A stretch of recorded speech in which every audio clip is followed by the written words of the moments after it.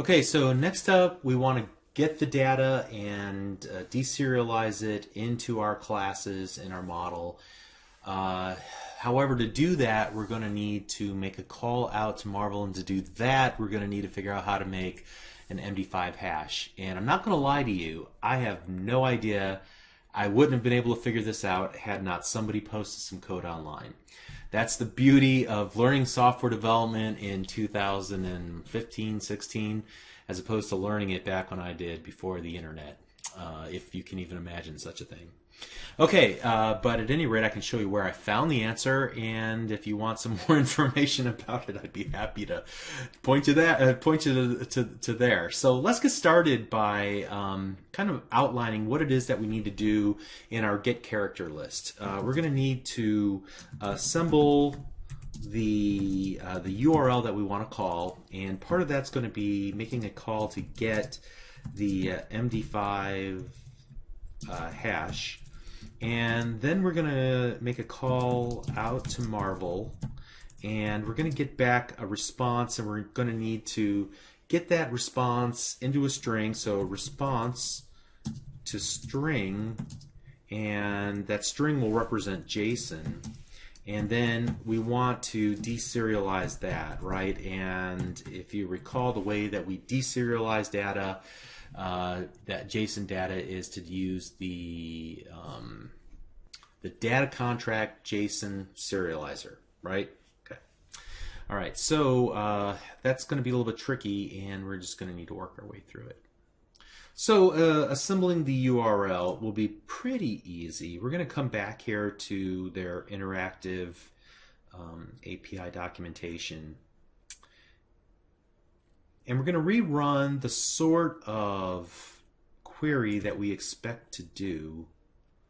Like we want to limit to 10, and we'll just give a random offset of like 100, right? And we'll click try it out.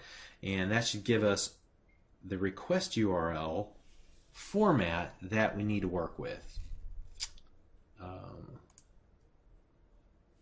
And what we want is this request URL. I'm just going to highlight it and copy it, and then go back here, and we're going to create a string URL equals string.format, and then we will paste in that long URL. Now, this is a good time for me to make some more room here. All right, what we're going to do is we're going to hard code it to 10. If you wanted to, you could make and replace that value to grab 15, 20, 100, whatever you wanted. We are going to, however, change the offset. We're going to change the API key as well, and then we will append on to the end of this the hash as well when we get to that point. All right, so the first thing we'll need to do is to create an instance of random.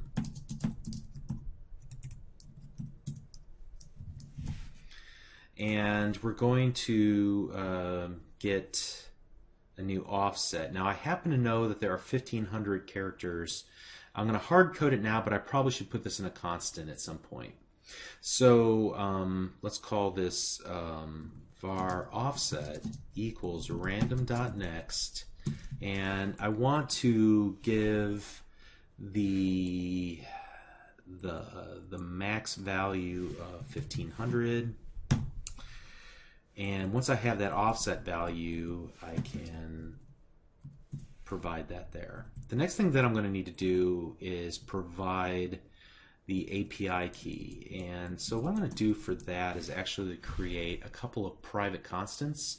So private const string private key equals, and then private const string public key equals. All right, and then here I'm also going to just create one for this. Private const int max characters equals 1,500, and we'll just do max characters. All right, and then we'll put the public key here. All right, and then the next thing we're going to need to do is actually populate that private and public key. This is where we get up close and personal here with my personal information. However, I'm going to remove my account once I'm finished recording this series. So this key will not work. Get your own. Don't try to copy mine. Put the public key in the public key spot, and we'll put the private key in the private key spot. And the next thing we're going to need to do is actually get the MD5 hash. And so here's what I do know. What I can do is I'm going to need to create a private static method that will return a string called create hash. And what this will do, let's do var to be hashed equals, we'll need a timestamp, and we're going to need a private key, and we're going to need the public key. We're going to concatenate those three things together. So for a timestamp, if you take a look at the documentation, again, in that how-to area under authorization, it says that for the timestamp, you can use any long string which can change on a request by request basis. So you don't have to get crazy with this. I'm just going to use datetime.now.ticks, which should give us a pretty unique string of characters representing how many milliseconds since a certain date in the past. So we'll call var timestamp equals datetime.now.ticks.toString, and that should work. Okay. Then next up, what I need to do is actually get the computed hash. Now, this is where I have no idea how to do this had it not been for somebody on the glorious internets who already figured this out and was kind enough to post it in response to a question on Stack Overflow. So I give you the URL where you can see where this was originally sourced from. I basically spent about 3 days trying to learn how to create my own hash, and I learned a lot, but ultimately at the end I was unsuccessful of actually creating one that worked. So I just stole 5 lines of code that this kind soul posted out on the internet. I'm just going to make sure all the references are added with using statements here. And what I'd recommend you do if you really want to learn how all this works, there's probably some good content out on Microsoft Virtual Academy about security. Probably some good books out there. Obviously, you could go and look at each of these objects and each of these methods out on MSDN to learn a little bit more about what they do and how they work. But at the end of the day, all I really care about is that I want to pass in a value to be computed as an MD5 hash, and what I get back is an MD5 hash. All right, so var hashed message equals compute MD5, and I'm going to pass in the to be hashed, and then I'm going to return the hashed message like so. Okay, so here we're going to get that hash. So var hash equals create hash. And what I want to do is append to that existing URL, so the hashed value and the just the hash value and the timestamp, because it should have everything else it needs.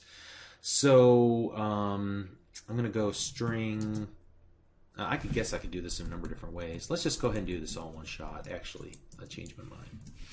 All right, so we'll do that first, and then we'll create the URL. At the very end of this URL, I'm going to have to add in a timestamp equals, and we'll substitute that in, and then also the hash itself equals. All right. And so I guess I need to pass in the timestamp in order to get at it, unfortunately. So I need to change this just a little bit.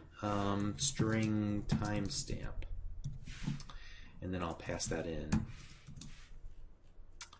but I'll have access to it here,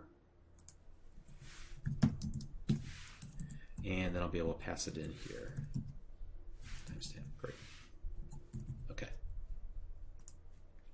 All right, next up, I'm going to use the HTTP client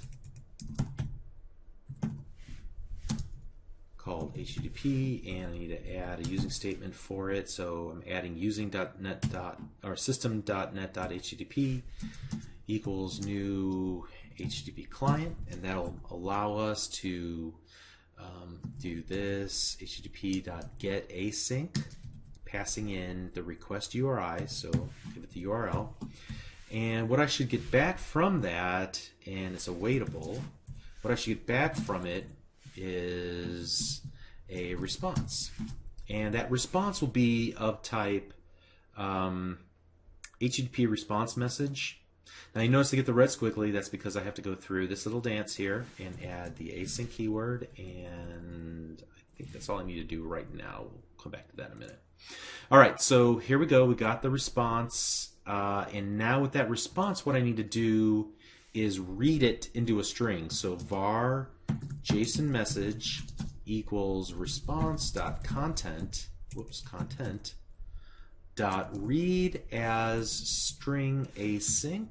That'll give me back just the JSON message now. I have it in hand, and since this is an async, I'm going to have to make it awaitable.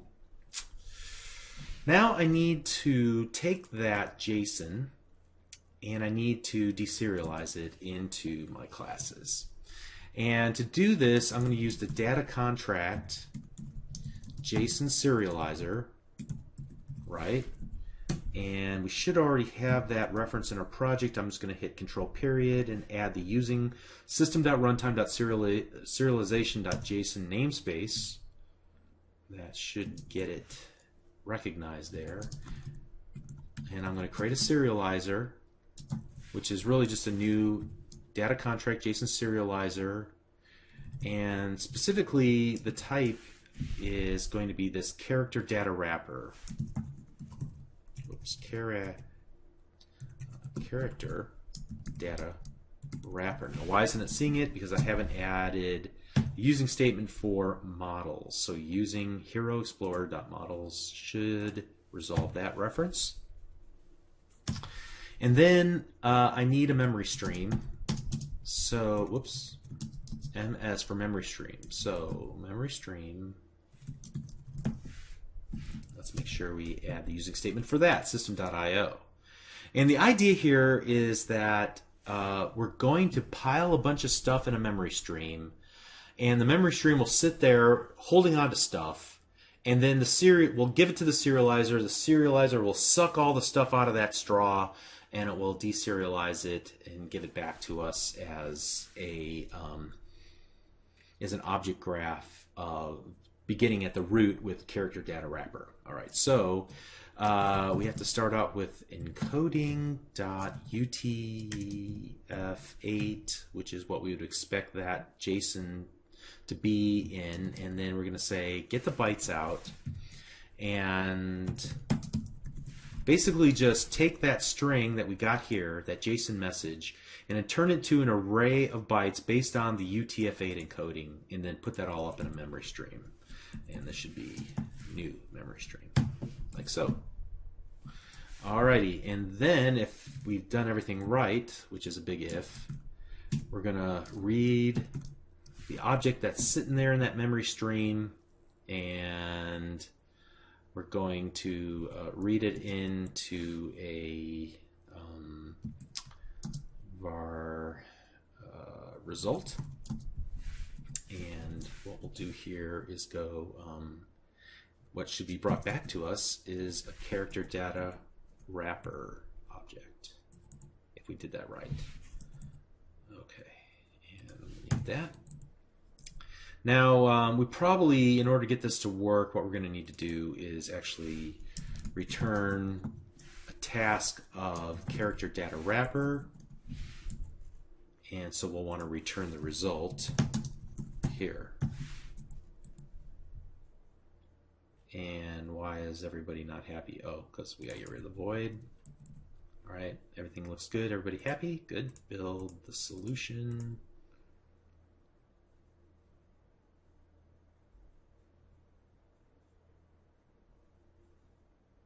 Okay, great. That worked. The next thing that we're going to need to do is now, let's see, in our main page.xaml, I'm just going to add a button. And when we click it, we'll kick off this whole process. I just want to see if it's bringing data back. Once we get data and we get it deserialized, then we can move on with the user interface. But in the meantime, all I really want to do is just make sure that we can get that far. And so we want to make a call into the Marvel facade dot, whoops, why don't I see public, oh, because I wanted this to be static. All right. And I wanted it static so I didn't have to create an instance of Marvel facade. I mean, all this is really doing is just bringing me back something it doesn't need. I don't need to have a reference to it. It doesn't have any like state, you know. All right, and so that should work there. For let's call data equals that. That's all I really need to do. Okay. So let me put a breakpoint at a spot where I know, whoops, spot where I'm concerned about. I'm pretty confident everything will work. I'm a little concerned about this right here, and I can't explain why. Let's just see if this will work. If we do hit a problem, it's probably a mismatch between the JSON that's being returned for the items that we want to work with. Well, I got a tiny button here, but this should work. A mismatch between the data types and the JSON. So I'm going to have to, like, you know, put my thinking cap on and figure that part out. We haven't hit the breakpoint just yet, and we haven't hit an exception. So it's really thinking about this.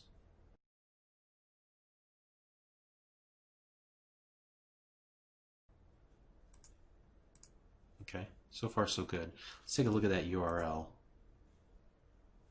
Can't see it off to the right-hand side of the screen, but it looks legit. Looks legit. All right, so let's keep going here and see what happens. So we made our request, we got it back, and now we're going to create our serializer and our memory stream, and here's where I'm nervous. And hey, it actually worked. Oh yeah. There's 10 results. Let's drill into one of these guys. Frankenstein's monster. Here, I want you to see what I'm going to do next. I'm very happy about this. Okay, so great. We got data back from the Marvel API. I'm so excited about that it worked on the first try. Okay, so we're going to pick it back up here in the next lesson, and then we should be able to bind to that data and start showing stuff on screen. That's going to be exciting. We'll see you in the next lesson. Thanks.